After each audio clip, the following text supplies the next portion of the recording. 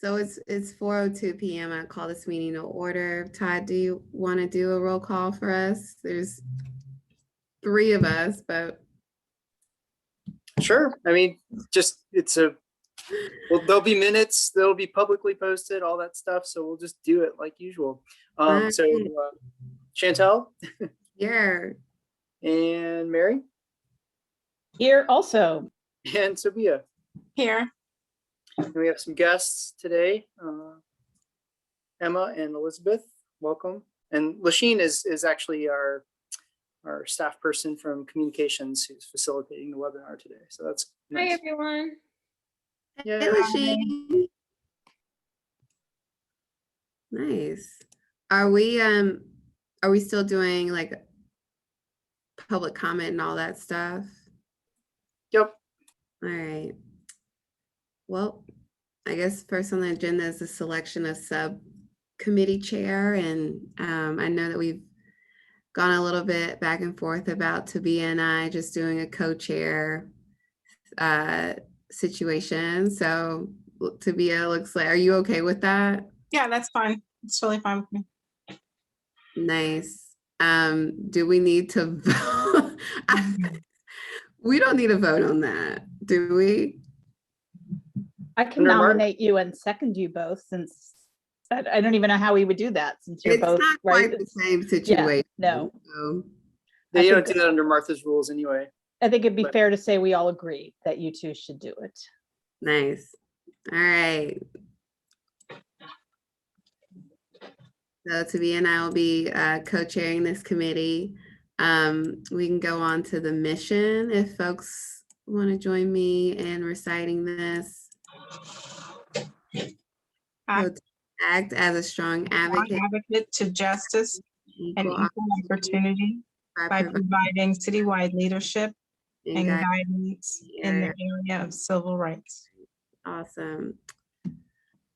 And then we'll go ahead and move it to matters by the public. If there's anybody in the public, you can raise your hand by using *9. So we know that your hand is up, or if you're on Zoom, just raise your hand on the Zoom function. And there's only 2 people there, so it's just Caroline and Janice.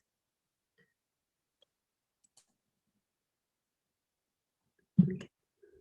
Well, if there's no comments to be made, I'm going to move us on to the work session bulk of our agenda.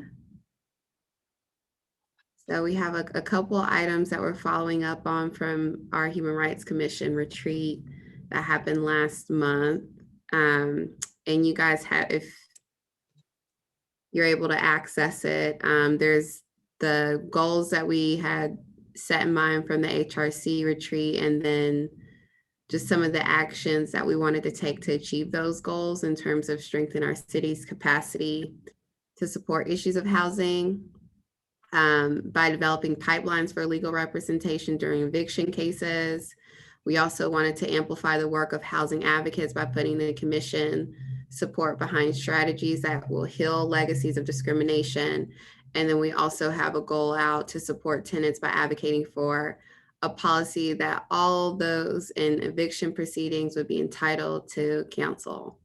In pursuit of all that, we've been able to do some coordination on the back end. So we have Emma and Elizabeth Stark here from Charlottesville DSA, who's been doing some eviction protection work.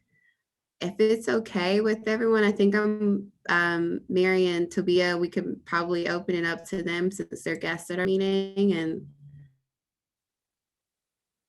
they have some like a short, I don't know if you guys have like a presentation or just like you want to do a report out. Either way is fine, but I know that you guys have some data that you wanted to share with us about the work you've been doing. Great. Yeah, we did put together a short presentation if there's time for that.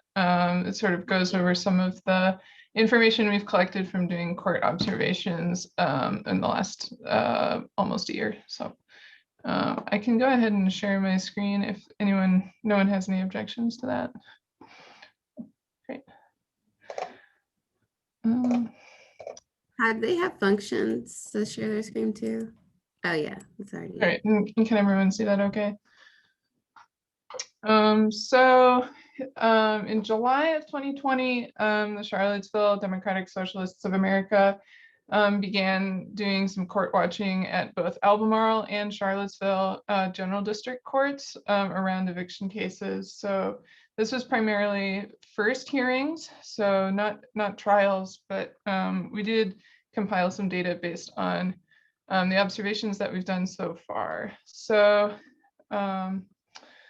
yeah, like I mentioned, we started doing this in mid-July. So we have been doing this exclusively during the pandemic. We don't have observations for what this looked like pre-COVID, but we have been following things pretty closely during the pandemic.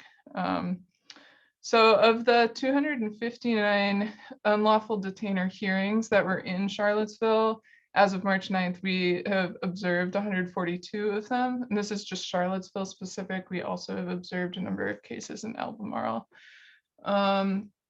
And sort of our goal with doing this is, we wanted to collect the data, but we really view this as part of an anti-eviction program that we're working toward. So, we want to influence the court in this way. We want to help tenants stay in their homes, especially during COVID.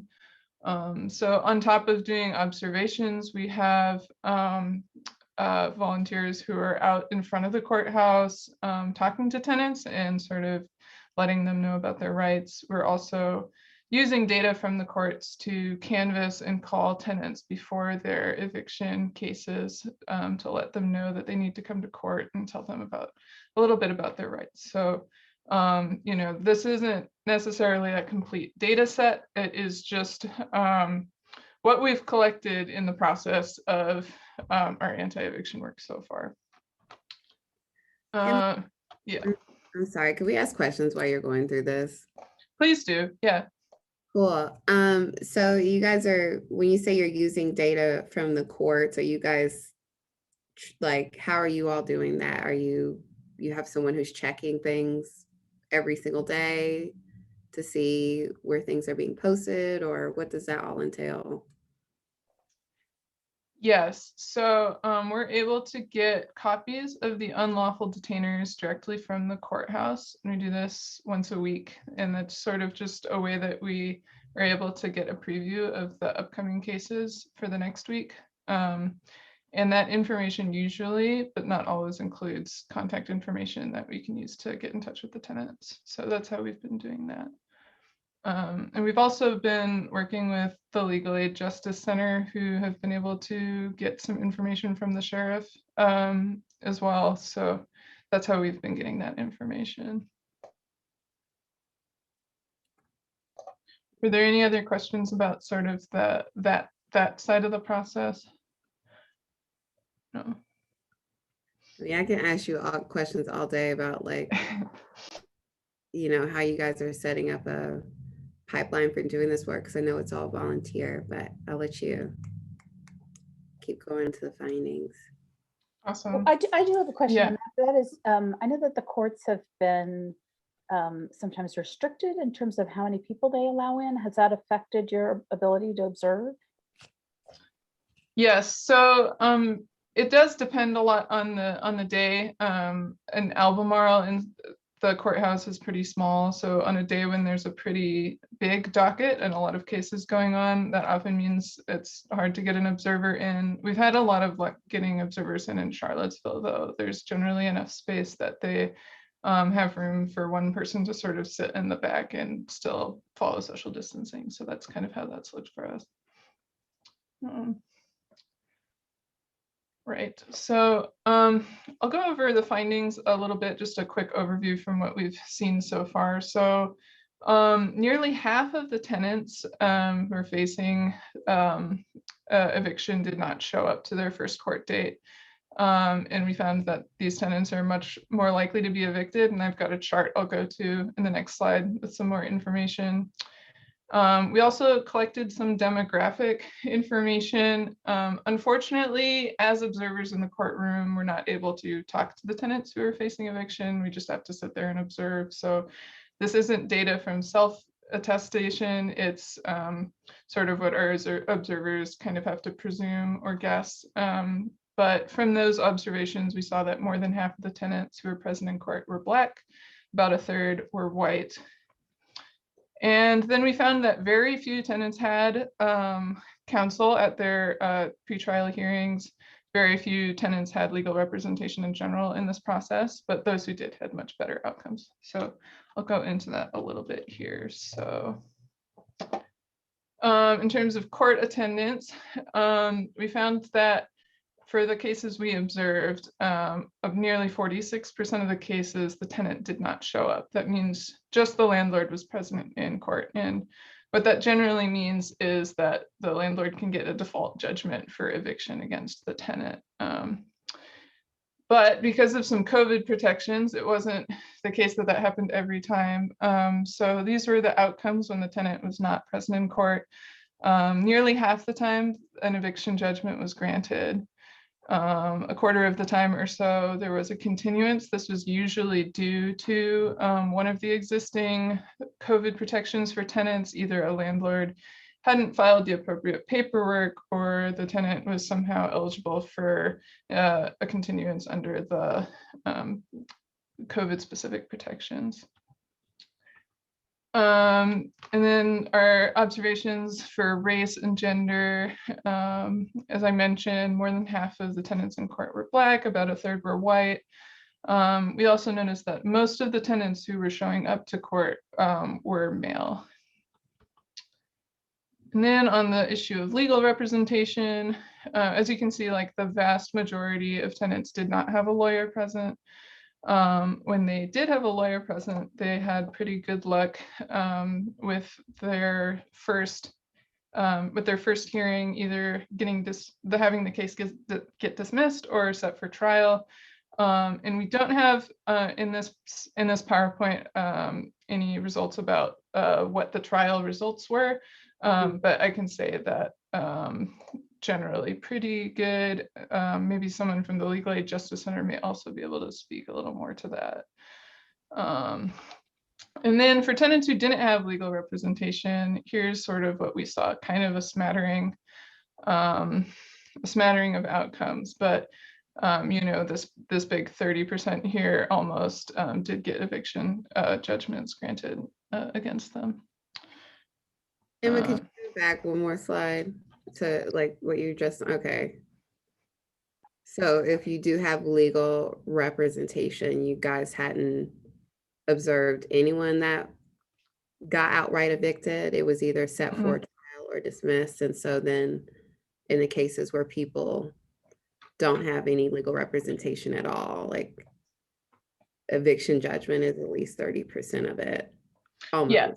Yeah, so that is what we saw from our observations. Like I said, it's not like a complete or perfect data set, but this is what we saw over the like 140 or so hearings that we watched at Charlottesville. So, and it's also worth mentioning it was a small number of tenants who had legal representation in the first place. So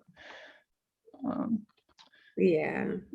And then sort of just some preliminary analysis we have, you know, we found that the protections that were enacted during the pandemic, whether this was additional requirements that landlords had to meet in order to file for eviction, or in some cases, tenants were eligible for a moratorium on eviction through the CDC. These protections were really helpful, I think. I know if you look at the data from like Richmond's eviction lab, Charlottesville, definitely these statistics we've gathered look a little better than like the state average outside of the pandemic. So we do think that the protections were helpful, but evictions still happened during the pandemic and are still happening. And as the protections begin to expire, we expect that the number of evictions will probably go up as there are fewer requirements for landlords and more hoops that tenants have to jump through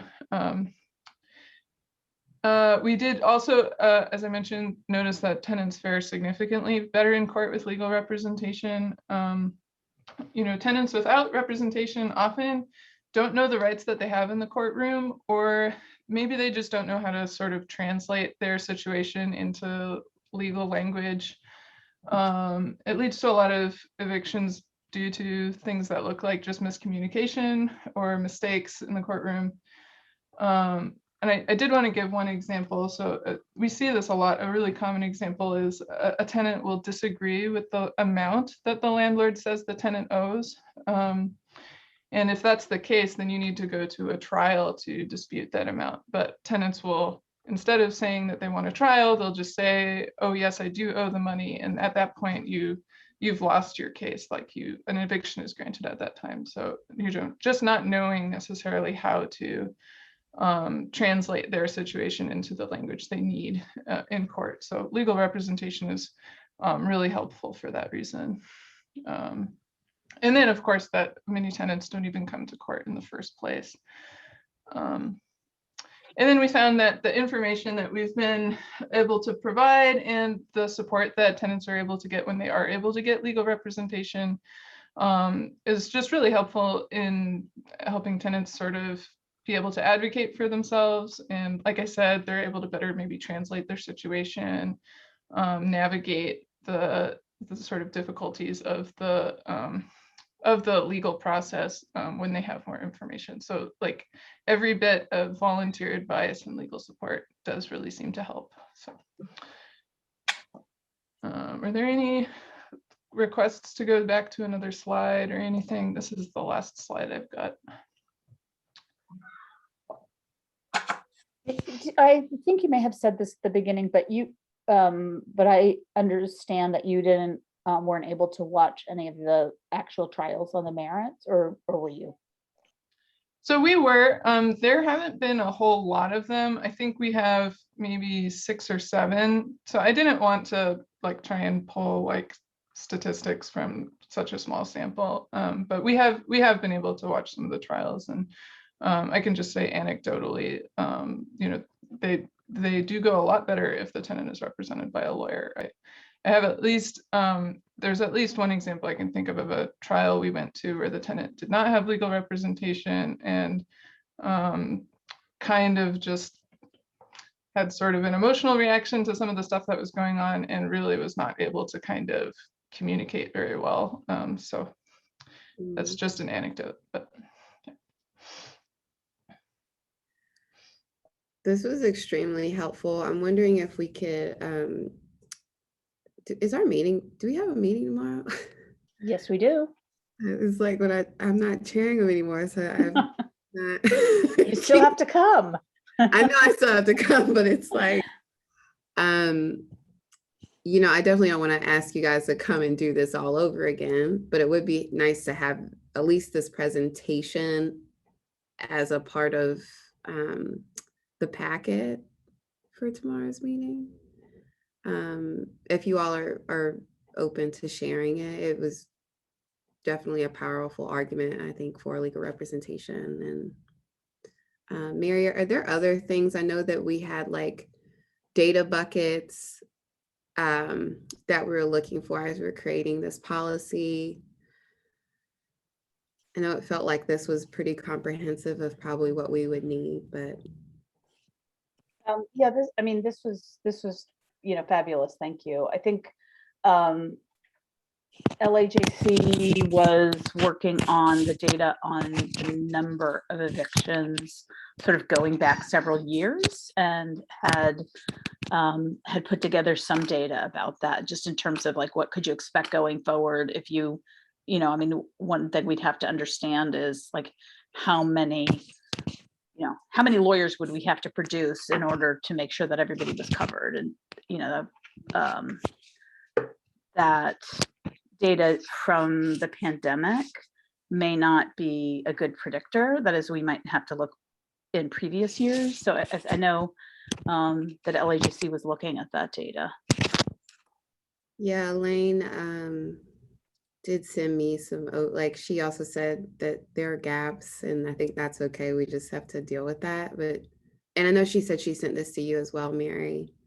The data. Yeah, the number that I saw was 700, that there were 700 evictions, I think, in the preceding year, but that seems like a lot compared with what we saw in this presentation. So I'm not sure if I'm comparing kind of the same time frame of data. Yeah. I don't have it open in front of me, so I can't answer that question, but I would agree that sounds like a really high number. Elizabeth, sorry. Oh, Somebody else. sorry. I just wanted to say that we do have a version of this information that we could share. Awesome.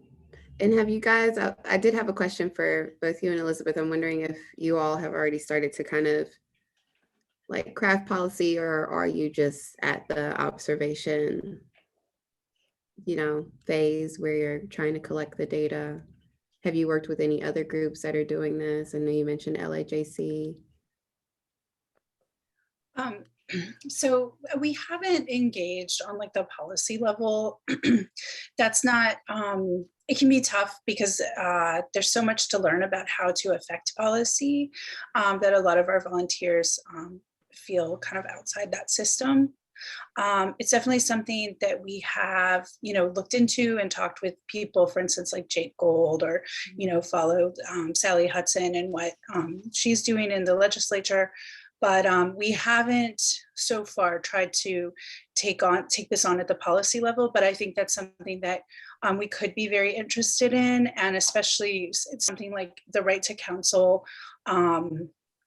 As we can just see the numbers tell the story, right? It would be incredible, and it would keep people housed. So I think that's something we could definitely be very passionate about fighting for. I do know there's national data that about that can help sort of say like this is the increased likelihood of your prevailing as a tenant in an eviction case, and it's like astonishingly different, right? I think it's something like 85% of people with lawyers actually don't get evicted versus a very small number who don't get evicted without a lawyer, I think. And I could pull that data pretty easily. And another aspect to look at is that there's a lot of, you know, as you know, Sally Hudson put through legislation to try to increase the penalty for illegal evictions that landlords are doing. And so it's like when you have folks who are getting evicted, it's very hard for them to advocate for themselves, and they get caught in this web where even if their landlord is a bad actor, they're just so overwhelmed with trying to, you know, these basic survival things that they really can't deal with, you know, filing the paperwork to prove that their landlord, you know, isn't doing what they said they would. So having representation could also really feed into these new laws where landlords are increasingly held accountable, and maybe then you know, take the eviction process more seriously and make sure that they've done their due diligence, which we often see they have not done.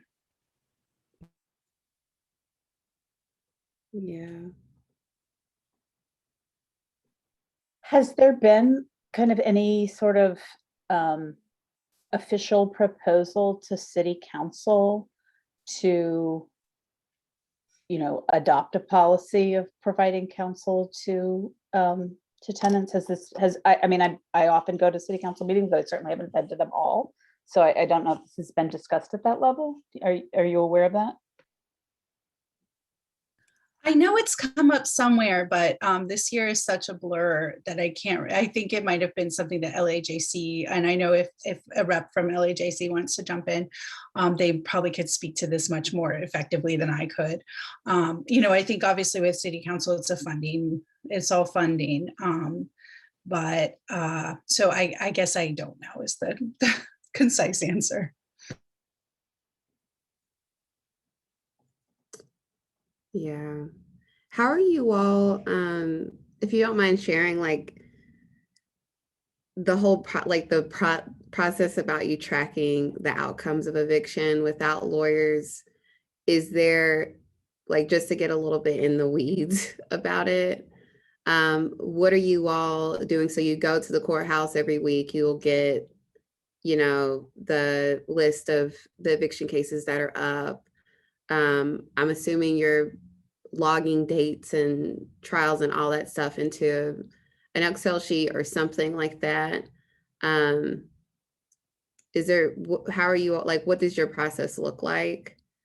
And I'm just wondering, like, ideally, you all are doing this volunteer, which is awesome. I don't know if there are organizations that like have, you know, are kind of doing this work, you know, on like within their, like, I don't want to use the word professionalizing it, because you guys are definitely doing a professional job of this. I don't mean it in that connotation, but you know, like, it's not volunteer run, right? It's part of someone's, it's part of the support system. And where does that really live if we have an institution that's being supportive of people that are getting evicted? I hope that makes sense. I'm thinking out loud at the same time, and if I need to repeat that, just let me know. I mean, I think I can talk to that a little bit. So in terms of, are there institutions that are doing this? I've spoken with some folks at the Virginia Poverty Law Center before, and I know that they were sort of interested in conjunction with the Richmond Eviction Lab and sort of ramping up or prepping to have like a robust sort of court observation system. But I think that was something they were thinking of doing after the pandemic, and I'm not sure what their status is on that right now. But in terms of like the information I presented, like tracking the outcomes and all of that, like most of that just comes from what you can see when you're actually in the courtroom. The information that is publicly available after a court date tends to just be the outcome, and there's no other information that's given. You'll just see what the outcome was, and that's something that's nice for us to cross-check. But in terms of like any observations about the tenant, whether there was a lawyer there, all of that, you kind of need to just be physically present for that. So we've got like a series of note-taking sheets that we use that kind of have a checklist that the observers use and go through. So that's kind of how we've been gathering that. Yeah, so I'm not sure if that answers your question, but. It does. I guess basically what I'm getting at is, so like we want to create policy around getting legal representation. Obviously that means like we need to know the people that are showing up that do need it, and setting up pipelines for people being able to like access that resource, right? We don't want to just create a policy and try to go advocate for money without that whole like infrastructural you know, system set up for how people are even going to get assigned to a lawyer. I know Mary mentioned earlier, like being able to know how many lawyers do we need to be on retainer or whatever that thing, whatever we want to call it. But we also would need to know like how to link people to the lawyers. So I'm just trying to figure out what that looks like in the back of my head. So hopefully that policy speaks to that as well. Or the program, I guess right now it feels more like a program or something, but and if the Office of Human Rights would hold that, would be the next question, or what entity would be holding that. Maybe it would be Legal Aid Justice Center.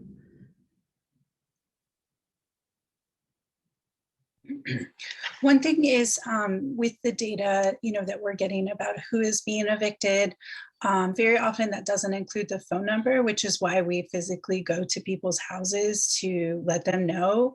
And often those people are not aware that they're being evicted. So there's also something very broken with the like noticing system.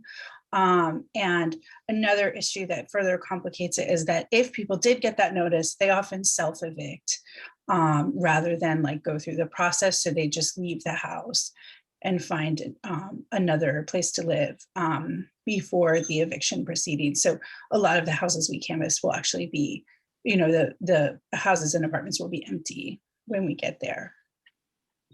So there's also an issue of like even trying to reach folks who are entering the eviction process. I have a question. You said that a lot of the people don't know they're being evicted. So how do you know that?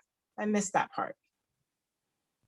So we get the paperwork from the courts. So we get the eviction docket that shows the unlawful detainers that are coming up. The court is also supposed to send them in the mail a notification. But often, you know, as we all know, the mail hasn't been great lately. And, you know, the whole process of notifying them is open to human error. So it's very common for tenants to find out they're being evicted when we knock on their door. And there's a lot of like bureaucratic issues that cause that, but it's still a huge problem. Yeah.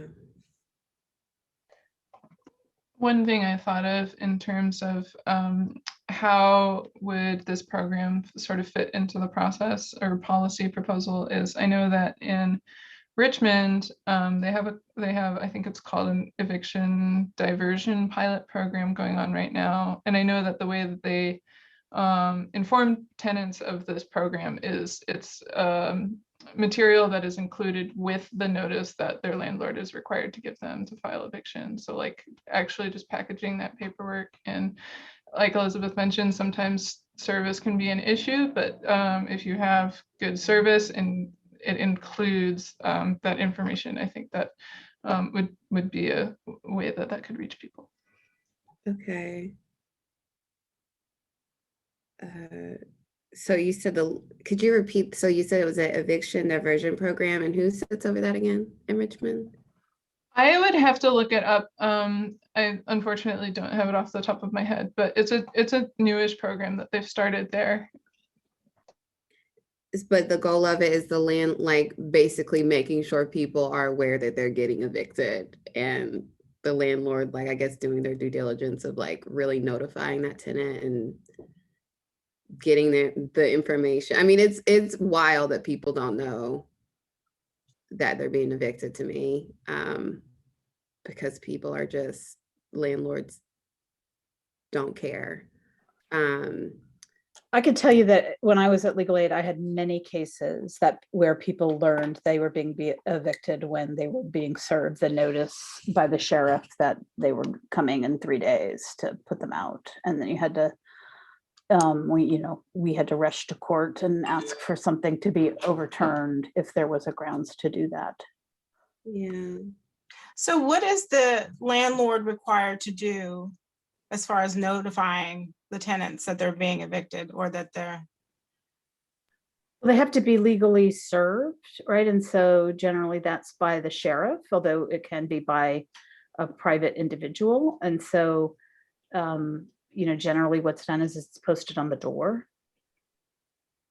But before that, the notices that the tenants are missing. Is that the landlord's responsibility?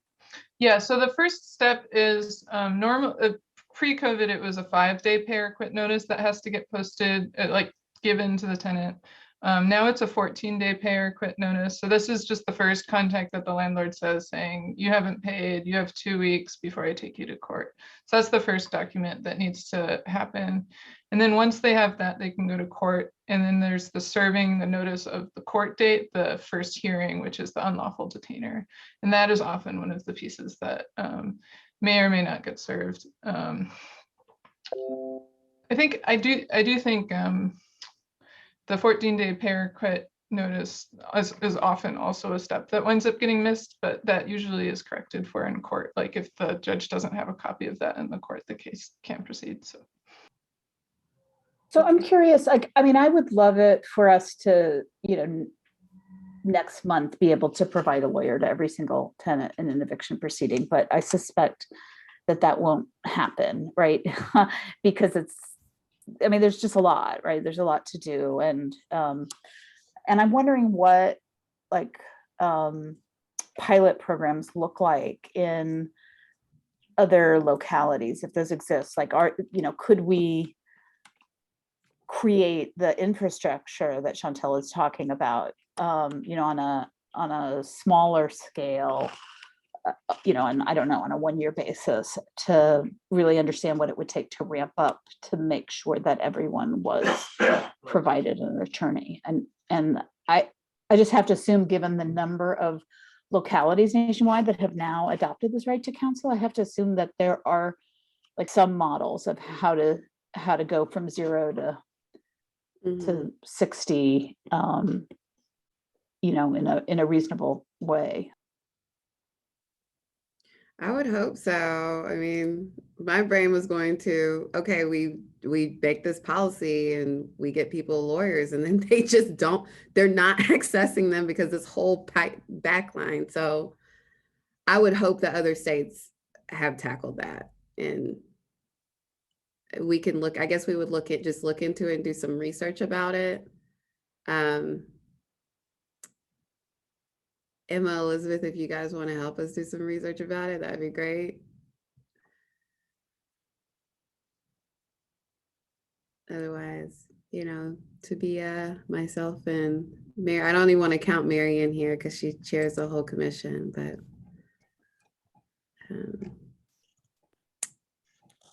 well, I mean, as I understand it, and I have not looked at this, like there are some potential Dillon rule issues to just saying like tenants have a right to counsel.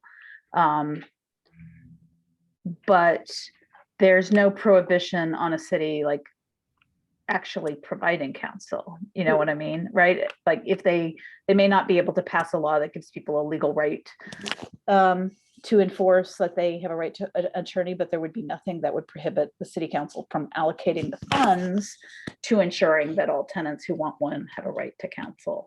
And I assume also like there's some percentage of people who wouldn't take advantage of the opportunity to have a lawyer. There are people who are already prepared to move out, and they're sort of so it's not like it would have to be 100%. There'd be, I don't know what number it would be, but it would be something less than 100%, I would assume. Mm-hmm. Yeah, I would agree with that. Or even just people that feel like they could do it. They just need some information and not necessarily coaching, but like, here's what you should do if you show up to an eviction proceeding and you don't agree with the amount that is owed, like your landlord is saying you owe them. Ask for a trial, just quick things like that. One thing about the coaching is that, that's one of the main things our volunteers do. Like we have a script and we go through it and we say, it's not lying to disagree with the charges. We really go through it and we try to like role play it out, and people get really rattled. I mean, obviously courts and judges are super intimidating, and we'll just have people that we feel great about. We're like, they're ready, they're going to disagree. And then they'll come out and be like, I said I agreed. So that's why that right to counsel is so important, because we can't go in with them because we're not lawyers. So we cannot accompany them as like, even just, as friends or, so that's why that lawyer part is so important, because you just need that advocate that you can look to, even if they kind of give you like a nod, like say you disagree, like, or they say they disagree on your behalf. Like it's very meaningful, and many people haven't experienced this before. And so obviously they just feel so intimidated. Yeah. One other thing that I had seen is that, in representing lots of people in eviction proceedings, that there's a certain percentage of people who want to leave, right? But it would be very valuable to have an attorney negotiate that departure so that there's not an eviction on people's record, because that's just devastating in so many ways. And so even there, there's a real value to people in having an attorney who can just, as a very brief service, negotiate the terms of somebody voluntarily agreeing if that's what they already want to do. Absolutely. I didn't even think about evictions on people's records. It's just like housing stability, like for you as a person long term. That's a really good point. I'm wondering, like, we could talk all day. I'm hoping to address a little bit further. Like, it sounds like DSA, you all are doing a lot of really great observations, and are going to continue to do that. Maybe you might want, I don't know if you guys need support with that in terms of just like volunteering, like what are your asks are, but that would be interesting for us to just like know.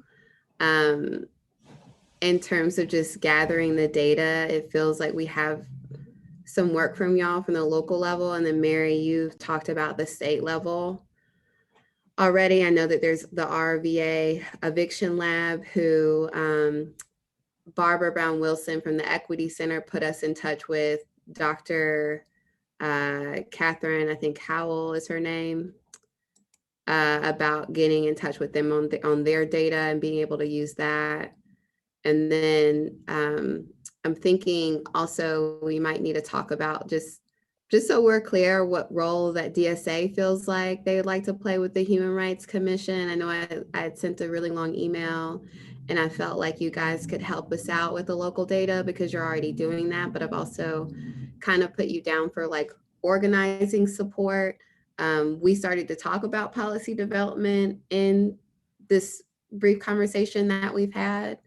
But just want to be clear that you all are feeling like the core functions you want to play in all of this is what you can do, and not like trying to give, prescribed things that I'm hearing and what people should be doing. So yeah, if you could just let us know in what capacity you would like to continue to work with the Human Rights Commission doing this work, how much you all want to be updated on everything. And then also, tell us if you need things and we can always keep that out to the whole commission when we meet as well to see where, commissioners are. We're also a volunteer board, so, can't promise things, but I think being able to have some mutual support back and forth is always good for movement building. So, yeah. Yeah, thanks.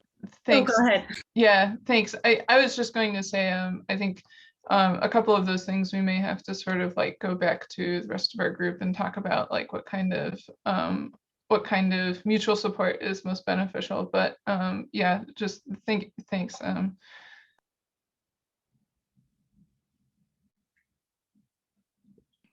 And do you all have plans to present this in some way to City Council in some sort of official way? I mean, it's something we're obviously, going to be mindful of and thinking about, but just, kind of curious about what you're going to do with all this fabulous data. So I think we are definitely interested in supporting policies and things like right to counsel. Like Elizabeth said before, that hasn't really been sort of the focus of our work, but it's definitely something we're kind of thinking about in terms of like strategizing when and how to present something like that to City Council. That's definitely something that like partnering along with other groups wanting to pursue that would be really beneficial, I think. Mm-hmm. So just so I'm understanding, you guys have a housing committee or group for DSA, and how often do you guys meet? It's monthly. When are y'all's meetings? Our next meeting is Tuesday. Yeah, a week from yesterday. So Tuesday the 23rd at 7 p.m. Okay. So you'll basically go back to your group on the 23rd and just kind of, talk with them about this meeting and seeing, like, gauging the interest for how you all want to be involved moving forward, just so I'm clear on it. But I didn't want to commit you guys to something.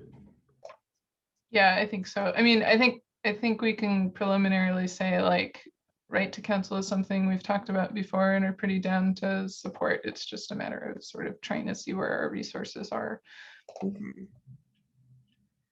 That sounds great. So that would take care of because I had you guys down for like the organizing stuff. So I take it you guys are going to go back and talk with them about that.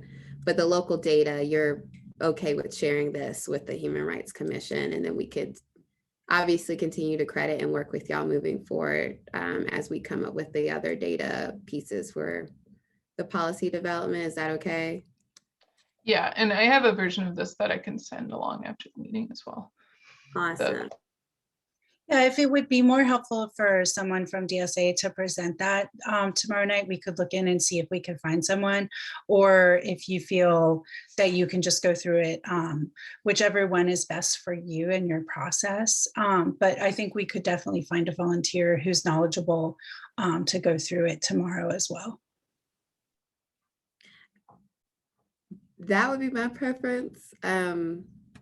I think all of us could totally present your work, but it is DSA's work. So if there is a volunteer, that would be really amazing, honestly, if someone could come. Yeah, I totally agree, because, you know, we've asked questions, but we certainly can't think of all the questions that other folks might ask that we would be ill prepared to answer. And so if it's doable, I think that would be really fabulous. And that meeting is at 6:37. What time is it at? 6:30. Okay. And there's no reason, Todd, that we can't, you know, it's not on the agenda as a presentation, but there's no reason that can't happen, right? Yeah, and there's a block on there during the work session for the housing committee to provide an update. So that's an update. That would be great. Do you have a sense of the timing, like the just tentative timing? Unfortunately, I think you all can relate. There's like 1,000 meetings that are happening at all times. So just trying to really get that slot right. I think probably if we started right on 6:30, I think it's kind of toward the end. I don't know, Mary, Chantel, you guys have this sense of it too. Probably about 7:15, maybe join the meeting, and then we might be there. That's just a guess. Oh, you mean with the work sessions?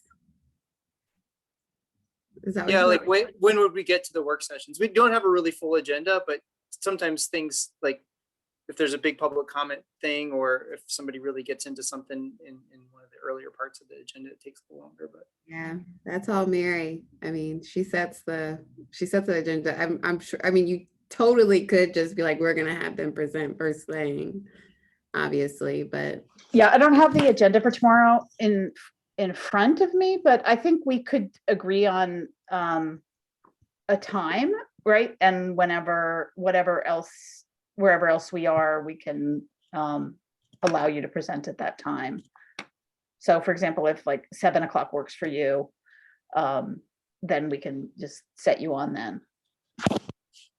So that, not that the rest of the meeting won't be scintillating, because I think it will be, but I understand that people have lots of other things to do. Okay, that works for us. Thank you. Okay. We if there's a problem and you can't come, will you all let us know? So then we'll make do, and it won't be as good, but yeah, thank you. all righty. Mary, you used the word titillating, and it just really tickled me. So Okay, well, that was my goal, Chantel. I wanted you to be amused. So all right. What else is on our agenda? This feels like the bulk of what we wanted to talk about. But Emma and Elizabeth, if you have other things that you want to do with your time, you don't have to stay. Thank you so much for coming and being with us for the past 50 minutes. Yeah, thank you all for having us. We really appreciate that you care about the work that we're doing, and that we might be able to partner and elevate it to create significant change for people facing eviction. Nice. yeah, I think we share your concerns for sure, and would really like to take steps to make the city a more equitable place. And it seems like this is an important place where we could have a real concrete impact.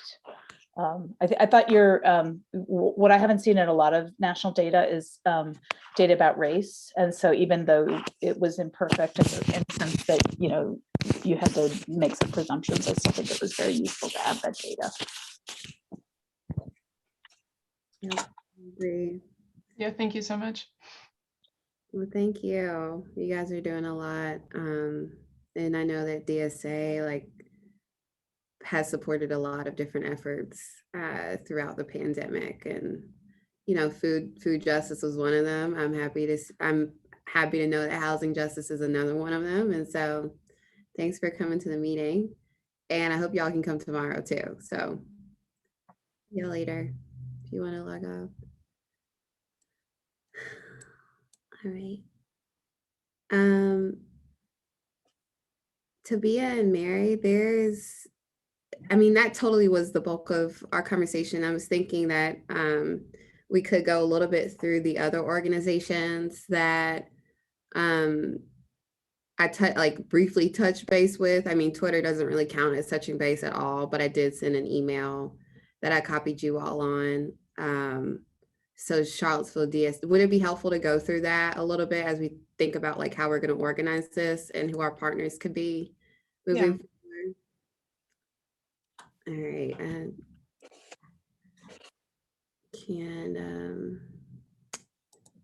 Todd, is your thing working now? Yeah, I have the agenda pulled up on Box. Awesome. You want it? Do you happen to have the email I sent pulled up? Is that like too much? Let's see the email. Tell me what you're looking for, and I'll search for you.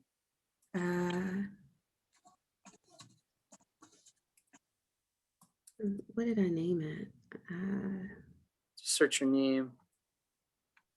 I feel like it was like organizing housing eviction protections or something like that. Yeah, I have that pulled up with the purple writing in the middle. Oh yeah, yeah, that one. I think that would just be easiest because I know that there are people that have joined. Okay, you want me to sort of screen share that? Yeah, I think if we could screen share that and we could go through this list together and Yeah. Okay. Let me see if I can do this in a way. That's Doesn't show you all of my other emails. I know, that's why I didn't want to do it. I can, but it shouldn't. Hold on for a second. Give me a moment and I'll figure it out. I think you could probably pop it out. I think so. Let me try to do that. If I'm smart enough. I just figured out how to do it. So pop out. There we go. Kind of did it as a reply.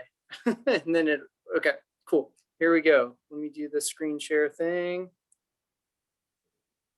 And we only have an hour for this, right? Like our meeting in general. Yes. I think we have a little more time than that. I can't remember how much time the city gave us, Mary. So Do you mean for this housing meeting? yeah, like because aren't we supposed to not go over a certain amount a month? I thought we had 2 hours. Is that wrong? I think we should be fine. Yeah. Yeah. I don't think we may not need 2 hours, but I think we have 2 hours. You guys are good. Boxcast is actually set to go until 7. We usually give like an hour buffer in case you go over the 2 hours. So you guys are totally fine. There you go. Okay. Yeah, well, we're not going to be here until 7, Lasheen. I mean, but thank you. All right. Did that email come up? Yeah, we can see it. Thanks, Todd. I appreciate it. You could keep scrolling down to the different organizations that starting with Click.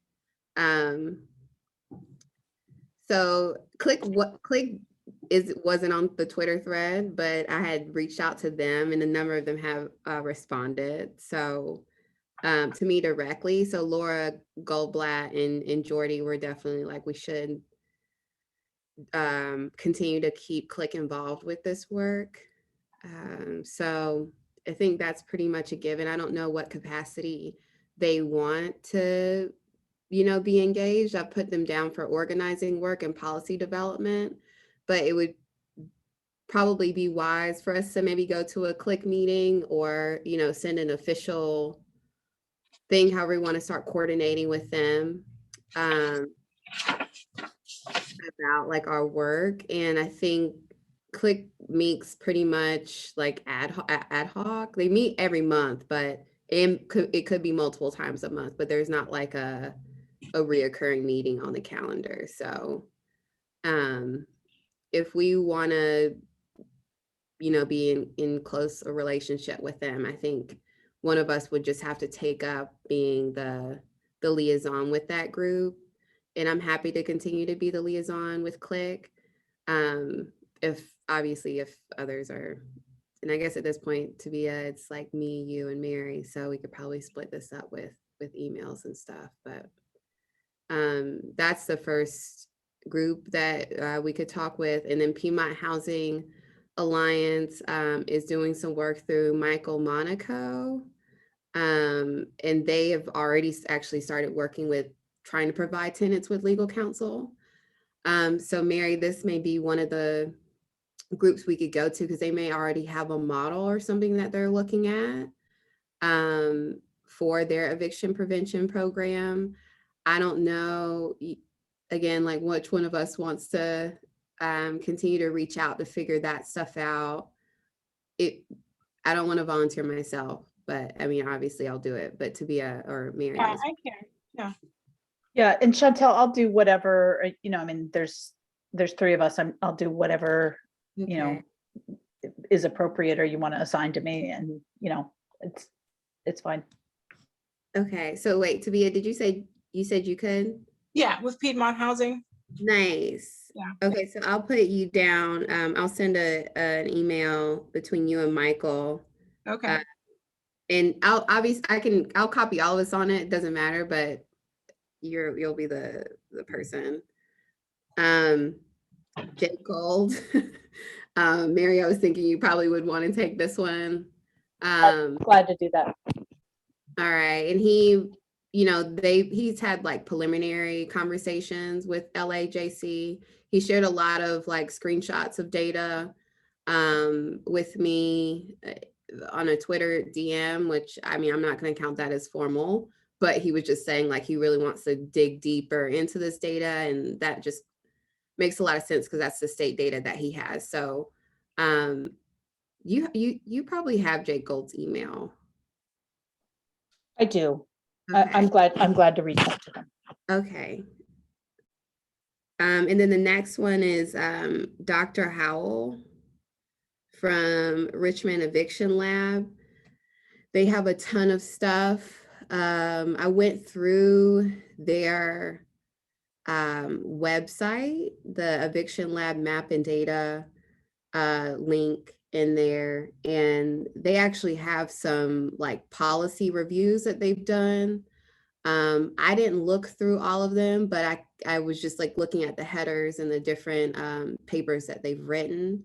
So I figured that would be a good place for us to start once we're ready to get, once we're past the data stuff and we're ready to start drafting.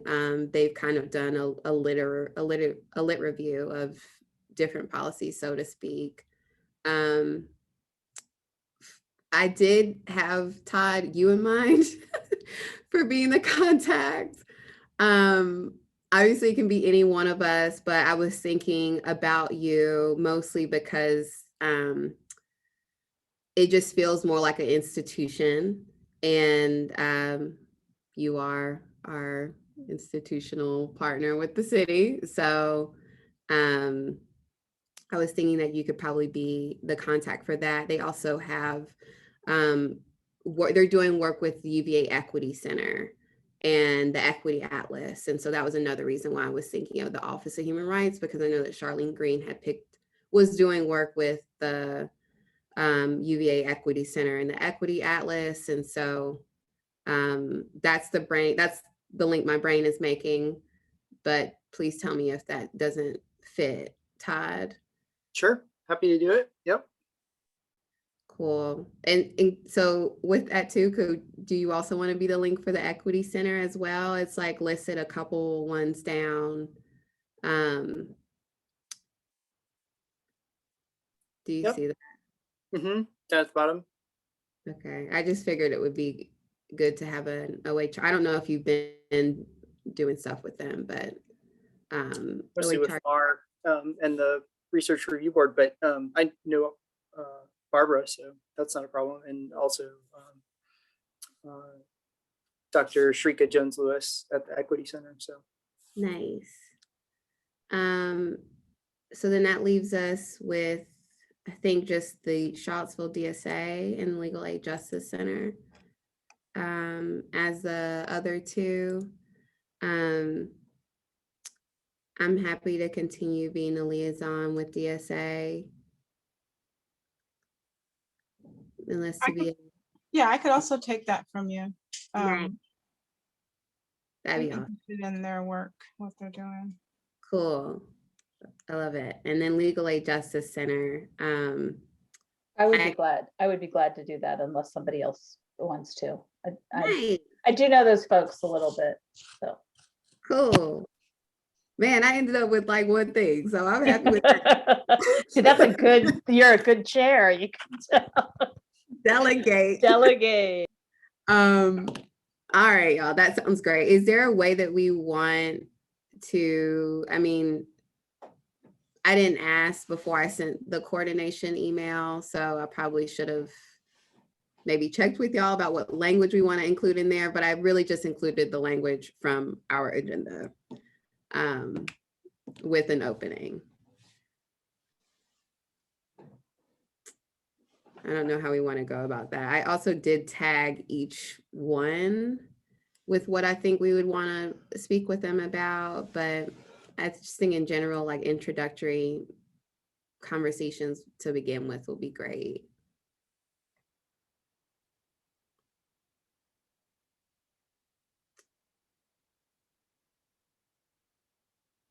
Is that making any sense? It's crickets. That makes Yeah, sense. I was doing the thumbs up because that's. Oh, okay. Sometimes I Yeah. don't have it all up, so I can't see. To just make sure and I understand, I'm just basically saying, hey, we're exploring this possibility of how do we get the city to commit to making sure that every person who goes up for an eviction hearing has legal representation, and hey, we're looking for any information you have that might help us think about that, right? Basically. Yep. Cool. Yep. Easy. We'll do it. Nice. Well, that was great. We're at 5:04. Is there anything that you all feel like we should talk about that we missed? I feel like those are the things that came top to mind for me about like next steps we could take with just splitting up this organizational outreach list. Yeah, I know earlier you mentioned research. Are we jumping into that So moment? Tabia, you're doing Piedmont housing, right? Mm-hmm. And so like in my mind, when I was thinking about that, that research that we were talking about was how do we provide this pipeline for tenants to get legal counsel or set up a program, not really a pipeline, how do we set up a program for it? So maybe that can be the start of that like research conversation and seeing what Piedmont housing has, because they already, they do have a housing eviction prevention program set up. And Tabia, if you could just like let us know once you meet with Michael Monaco, like the things they have set, like with their program and what they've reached out and the folks that they've been in contact with to start that, maybe we can use that as something. Otherwise, Okay. I don't know what to put into the Google search bar, right? I mean, I could just search that and see what happens, but it would be nice to have some guidance. Was there other actually Georgia?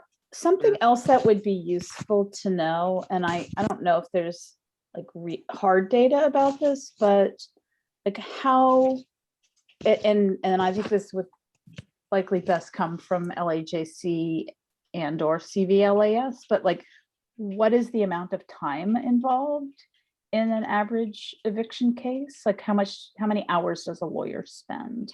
Right, that's sort of part of the calculus about like how much it would cost is, you know, are people spending 5 hours or 50 hours or, you know, on, and I know there's a wide variety, but I'm just wondering if there's any data or any data about that. And so, I mean, I'm happy to follow up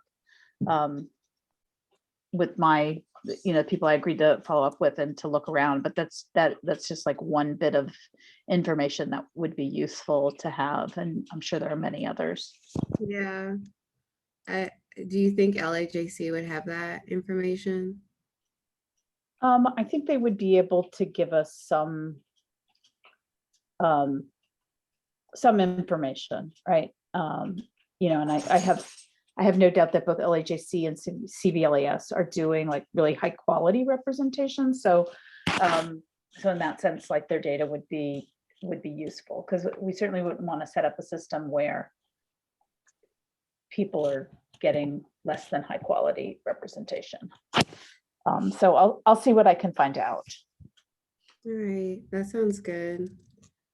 Are there, I'm just like taking handwritten notes, but Todd, are you taking our meeting notes for today? Yeah, I'll do it all in minutes because it's publicly noticed meeting, so I'll post minutes. That'd be awesome. I was also thinking I might reach out to Academic too over in Human Services, because I know that they've been doing a lot of sort of eviction prevention funding, right? Like, so people will call and say, like, I'm back on my rent, I'm worried about eviction. And then they're through the Pathways program paying for people to sort of pay off their debts. But I also wonder like how Human Services could play a role in this, and like connecting, either being like the funnel of city funding to legal representation, or at least like the enrollment piece that you were talking about earlier, like how do people get connected with the service? So if that's helpful, I can reach out to her as well. DHS sounds like a really good partner for this. And I mean, you are in the city, so that makes a lot of sense that you could reach out to her. We're all in the city. I just meant like you are the city. You are the city government. So that sounds really great. Thanks for bringing that up, Todd.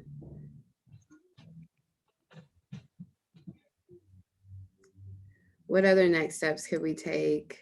There's the research, and I'm happy to support you in that as well, even after you go speak with Michael Monaco and get some resources. And then Mary, you've brought up the a little bit more of a research thing, but like really looking at the time that lawyers spend, or the legal counsel, and what that would look like. I don't know if we wanted to set out for our group to do a little bit more research on who our partners could be, or if we're good with this list plus DHS that you just mentioned, Todd.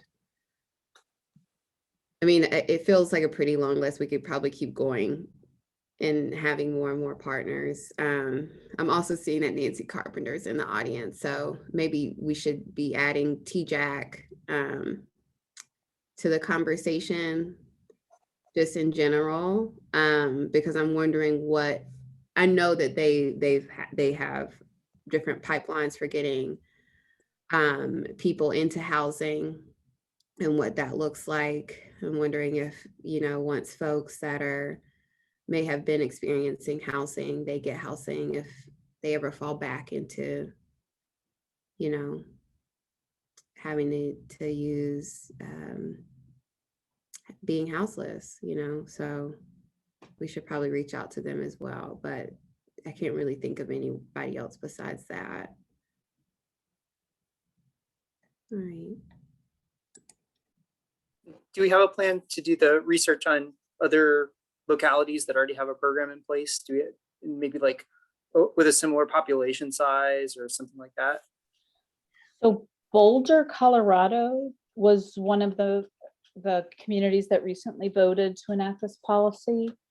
And it seemed to me, I don't know, I mean, we'd have to look at the list. Maybe there are other cities that closer, but a lot of the other cities that I know that have adopted the right to counsel have been like, Baltimore and New York and big cities. So Boulder struck me as a city that might have, more in common with Charlottesville, just in terms of size. I do know someone who works on right to counsel at the national level that I would be happy to reach out to. Okay. What is, that would be awesome, Mary. And then Also in that vein, I'm thinking like we could probably research and organize forever. But is there, Mary, like kind of speaking to you as chair of all the commission, do you have like an idea for timeline?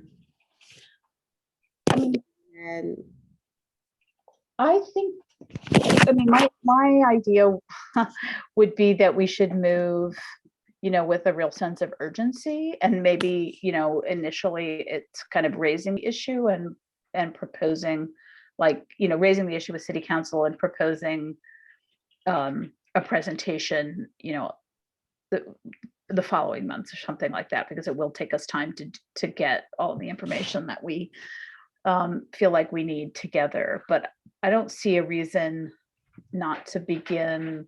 I mean, once the commission has kind of gotten together, not to begin this conversation at the level of city council, who are essentially the people who are going to get to decide whether they're going to spend money on this, and particularly because they're looking at a budget right this minute. okay. So if we're thinking like trying to move quickly about it, do you guys think a week max to reach out to all the folks that we had just named? Reaching out would be good enough? And setting up meetings with them and like having some like report back out to at least our subcommittee on what that meeting was, like how that, I don't even want to call them meetings, right? What word should we be using instead, Todd? Because it would just be one commissioner meeting with one representative. So whatever that work thing is called. Talking, What'd you call it? talking to people. Yeah. Is 1 week too aggressive for folks to talk with people? No, I think that's good. Okay. Mary, okay. And then when do we want to meet next then? So obviously that'll create some work for us to do in between, and I'm sure that we would like to be meeting. I don't know how frequently we want it to meet as a subcommittee. I don't, 2 weeks may be too aggressive, or it may be like the sweet spot if we're trying to move quickly. Once a month may be what we need to do, and then we're just working, by email.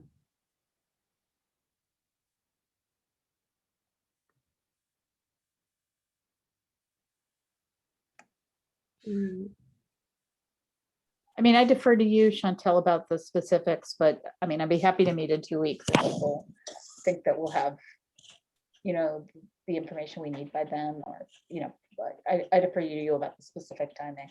Okay.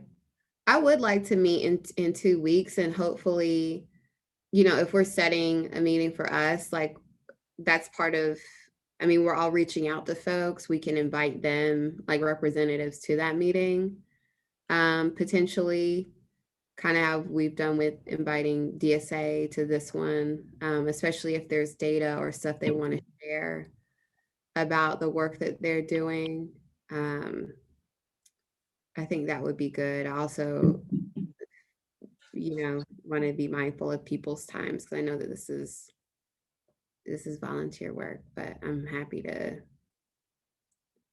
if this time is okay, if we could set this time for in 2 weeks time.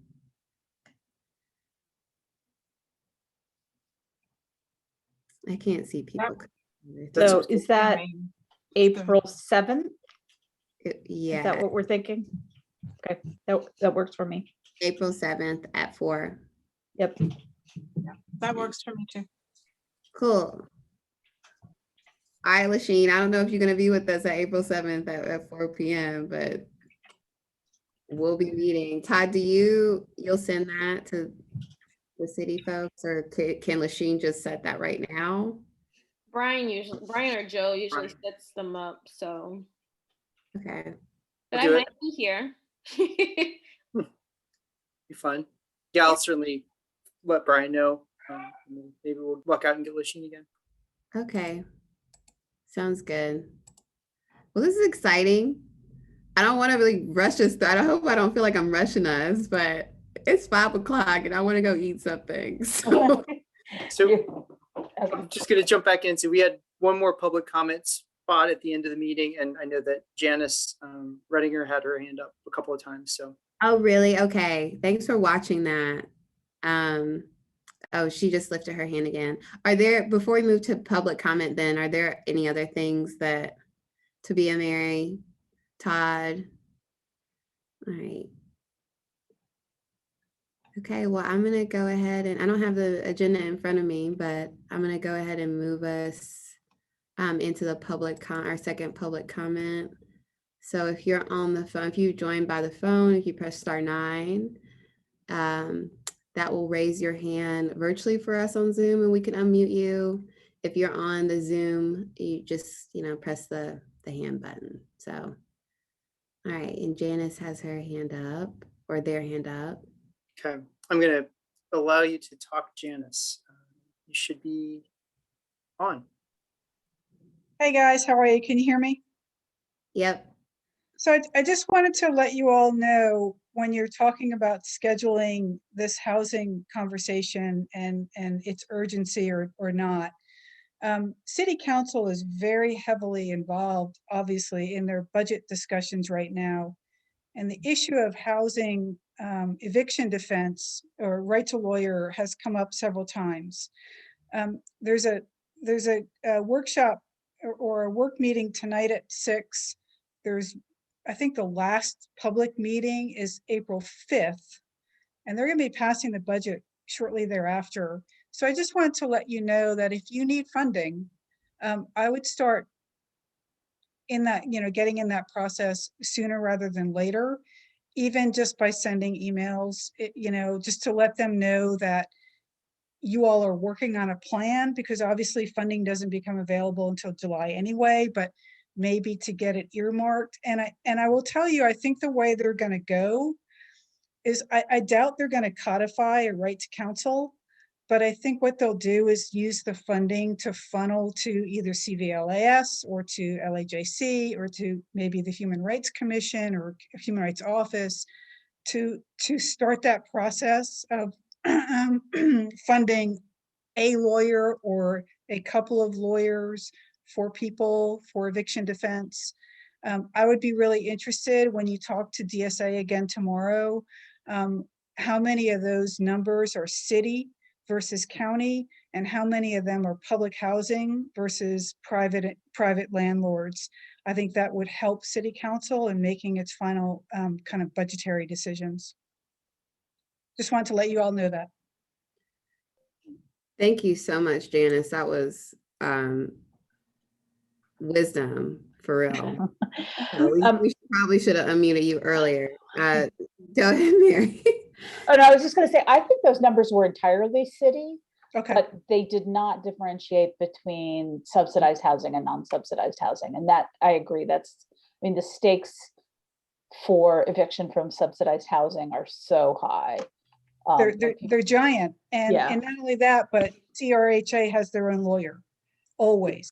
So that's another factor. And also to let you know, if you don't mind me just continuing to speak here, to let DSA know tomorrow, if they need help facilitating access to courtrooms, I am absolutely sure I could help with that, either with Judge Sneethern or Judge Katara. I'm sure Mary could too, but I would be happy to do that so they would have a designated spot in the courtroom. Thank you, Janice. Thank you so much. Actually, that was really, we had asked a couple of times, I think, in the meeting if there was stuff up for City Council. And ironically, we did not know. So we're very helpful. We're very grateful for you. Welcome.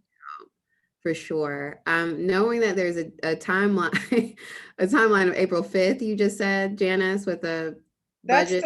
That's the last public meeting. The first is tonight in an hour, in 40 minutes. Right. And this is one of the line items that they're going to be discussing in the next couple of weeks. Yeah. If you are attending that meeting, we do encourage you to speak out on this issue. In terms of organizing, because this is a broader commission, we Mary can, as the chair of the commission, can go. I'll do my best to attend this evening. I don't know, sometimes the meetings go on so long that they, I'll do my best to be there and to at least share our concern. Yeah. So if April, we definitely can organize for a comment, like more commissioners speaking at the April 5th. Right, Todd, like this is because we have a meeting tomorrow. If there's anything that we can prepare in before that, Mary, what do you think would be helpful? I definitely think nothing beats a failure but a try, and getting things out as early as possible, even though we're not all the way together, right? We just had our first meeting. But even if it's some type of recommendation for city council, that's a little bit more formal and together, for money and allocation. What are your thoughts on that? And maybe having that as an agenda item for tomorrow night? Yeah, I mean, I definitely think that having us push for this is, there's a utility to having it come from us as a commission that is committed to equity. I mean, LAJC and CVLES are fabulous, but I think it could appear that they were self-interested, although I don't mean to suggest they are. I think for us as an official city commission to say that for purposes of equity, like we think this is something that the city needs to aggressively pursue. I think that would be great if we could have the commission kind of come to that conclusion sort of officially tomorrow, so that we can have commissioners able to kind of officially communicate. All right, that sounds good. And I think another thing we could do as well in the interim is update that list of organizations that we reached out to, right? Just like as soon as just letting them know this is the deadline for some of this stuff if we wanted to get this on the radar of council. And So does that change our meeting date from the 7th? Should we move? I think it does, right? Yeah, I'm making a face, but I actually agree that we should meet before the 5th, right? Okay.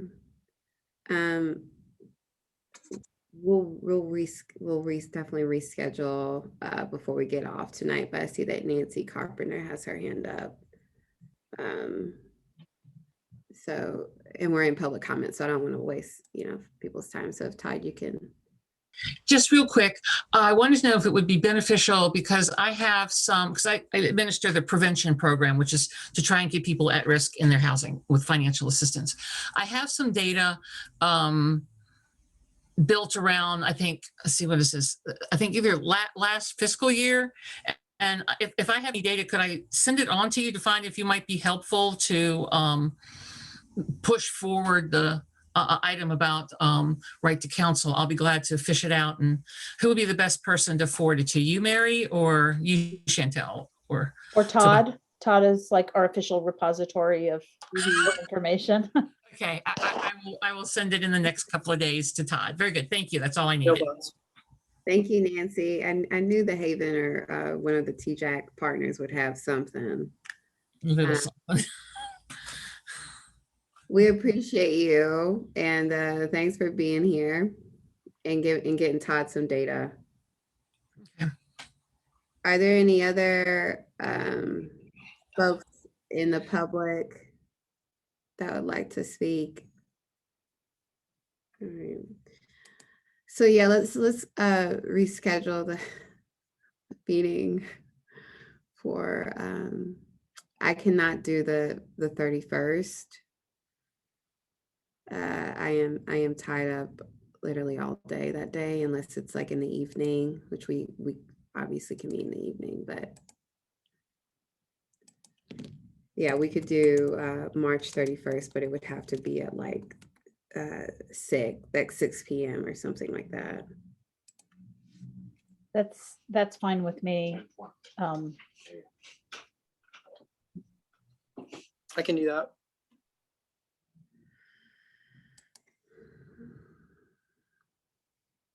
Tabia, is that okay with you as well?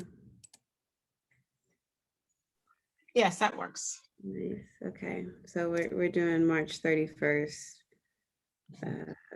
at 6 p.m.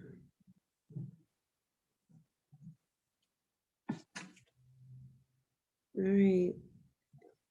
And then we'll have time on the agenda tomorrow to speak a little bit more about this. I feel like I need to collect my thoughts. I'm not like someone who could just say everything, but I'll compose what we went through today for you, Mary, and hopefully there's just giving like a summary of what happened and what steps we'd like to take for the commission report out tomorrow. And I said I was going to be on the road this time. Obviously, I'm not on the road, but tomorrow I will be on the road. So Tabia, as we're co-chairing this, you may 100% definitely have to do the report out. Okay. For tomorrow's meeting. I'm sure I'll probably be home, but just in case, I just wanted to let you know that. And so we'll have everything together, and it should be fairly easy, but I'll be joining by phone.